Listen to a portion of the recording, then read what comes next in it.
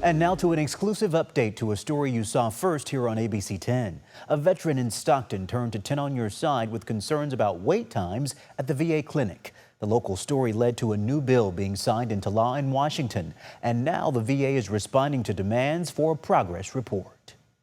If you remember back when wait times were spiking, there was a period where it was months and months, over 90 days, just to get a primary care appointment. That's down to 2 weeks.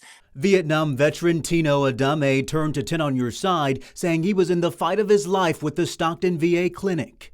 We have veterans that are dying in their cars, and we don't have the proper doctors there ready to take care of them. We called up Congressman Josh Harder in D.C. at the time to ask what he was doing to tackle the problem. He spoke about the crisis on the House floor, and he used his position on the House Appropriations Committee to write and pass an amendment directing the VA to create an emergency plan for addressing the doctor shortage. And in 2025, lawmakers passed new legislation to tackle the problem. So there's really been some huge improvements, but there's just not enough waivers to hire enough physicians in our clinic in Stockton or at many of the VA hospitals across the country. The legislation gives the VA secretary the power to waive pay caps when necessary to recruit or retain healthcare personnel for clinics experiencing severe prolonged shortages. We got our hands on this letter from the Secretary of Veteran Affairs. It says in part, quote, "It's important to note that while the Dole Act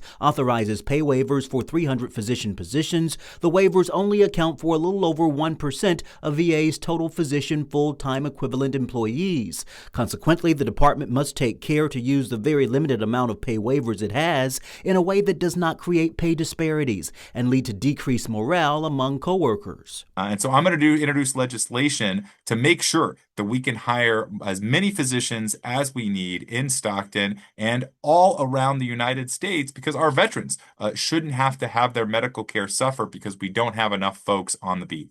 You heard it here first. Representative Harder will introduce the VA Competes 2.0 Act next week. It would allow the VA to waive salary limits on as many vacant positions as needed to fill doctor shortages and hopefully reduce wait times. We promise to stay on top of the story and track the latest developments for our nation's heroes, and we will continue to do just that. Do you have a problem and don't know where else to turn? Email me at onyourside@abc10.com.